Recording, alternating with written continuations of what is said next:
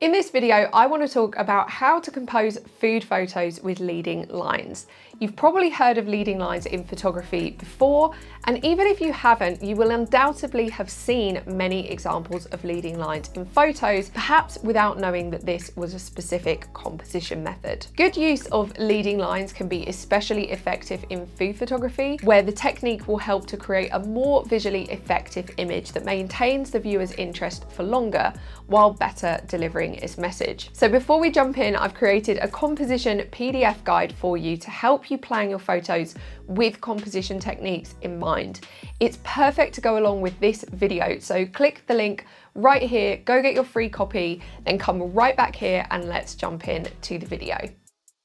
Before we get into the practical details of working with leading lines in food photography, it's important that we gain a clear understanding of what leading lines are more generally. So in simple terms, leading lines photography makes use of compositional elements within the frame to help draw the viewer's attention towards the main subject of the image. These compositional elements are either lines or a series of smaller objects that collectively suggest a line, so it's not always quite literal. Leading lines will always be composed of secondary elements within the photo because their purpose in the composition is to emphasize the main subject. In order to get a better idea of what photos with leading lines look like in practice, here are some general examples of leading lines in other kinds of photography. Notice how in each of these imaginary leading lines photos, secondary elements serve to draw the viewer's attention to the main subject of the photo. So let's take a quick look at 3 examples.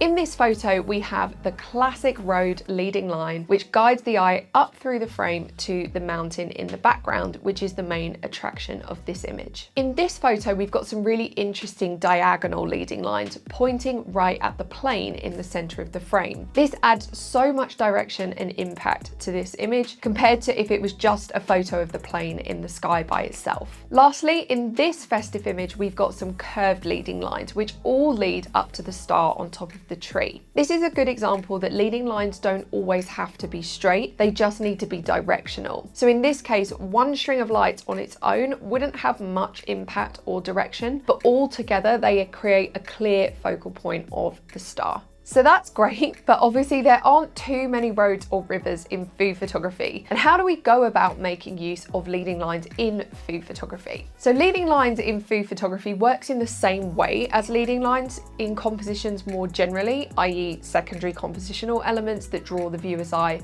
to the frame and point towards the main focus, which is our hero dish. In the case of food photography, however, we are actually at an advantage when compared with other photographers trying to create photos with leading lines. And this is because we get to decide precisely where to position most of the visual elements within our shot.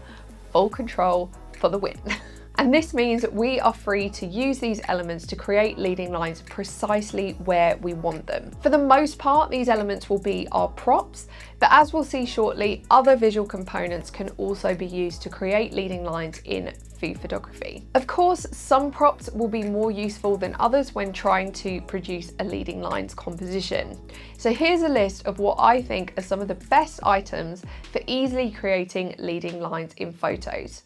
But I'm sure you'll be able to come up with a few ideas of your own to add to the list as well, so do leave me a comment. So the careful placement of knives, forks, and sometimes even spoons can make for some extremely effective leading lines in food photography, while at the same time remaining a totally natural and believable part of the composition. In this image, the spoons at the front of the pie dish help lead the eye upwards to the pie itself, and I've also cut a few slices to help create more leading lines that keep the eye bouncing around. A spatula, whisk, grater, serving spoon, rolling pin, or any other long, thin kitchen utensil can work brilliantly for creating leading lines. On top of this, they will also add to the narrative strength of the shot too. So in this shot, the long palette knife not only creates a leading line along with the other cuts of the brownie, but it also shows how that ganache frosting was iced onto the cake, adding to the story. Beyond practical utensils and cutlery, also consider more decorative props such as rolled napkins, paper drinking straws, or even more fanciful and romantic items such as branches or dried grasses. In fact, pretty much any long props you might already be using in your shot can be arranged in such a way as to create photos with leading lines. In this cocktail shot, I used 2 gold metal cocktail sticks to create leading lines to my focal hibiscus flower. The cocktail stick on the back glass is pointing directly towards the main glass, and the front glass cocktail stick leads the eye directly to that flower. It's not just props that make good leading lines in food photography either. Even the food and ingredients themselves can be used to create a leading lines effect. Again, you'll mostly want to use long, thin items such as spring onions, herbs, carrots, asparagus, spaghetti, grissini, etc. But you might want to give some thought to leading lines even in the placement of garnishes such as citrus wedges, which have flat edges, or other less obviously linear ingredients. Similarly, think about the lines that can be created with drizzled liquids and sauces or scattered powders such as icing sugar or cocoa. In this example, I placed a jug of the honey thyme dressing to the right of the salad, with the spout of the jug pointing towards the main dish, with a little drizzle on the surface as a teaser of what's inside. So by now you should have a few ideas of the kinds of items you can use to create leading lines in food photography. But a big part of the success of leading lines photos comes down to how we use them. So here are a few of my favorite tips for getting the most creativity out of your leading lines in food photography. So firstly, your leading lines don't need to be straight.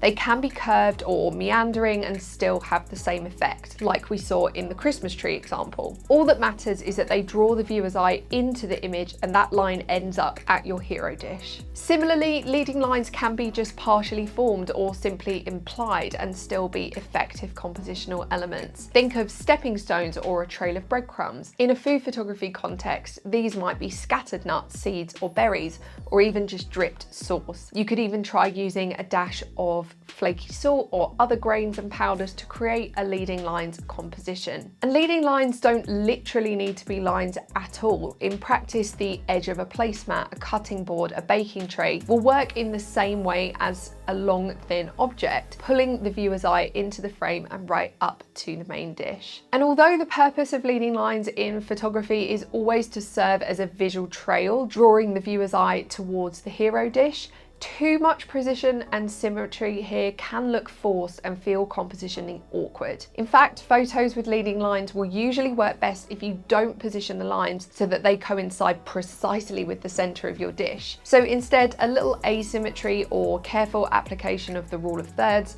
will feel much more natural here. Also, keep in mind that leading lines don't need to be obvious in order to do their work. They can still draw the eye to the subject if they are not brightly coloured or dominant.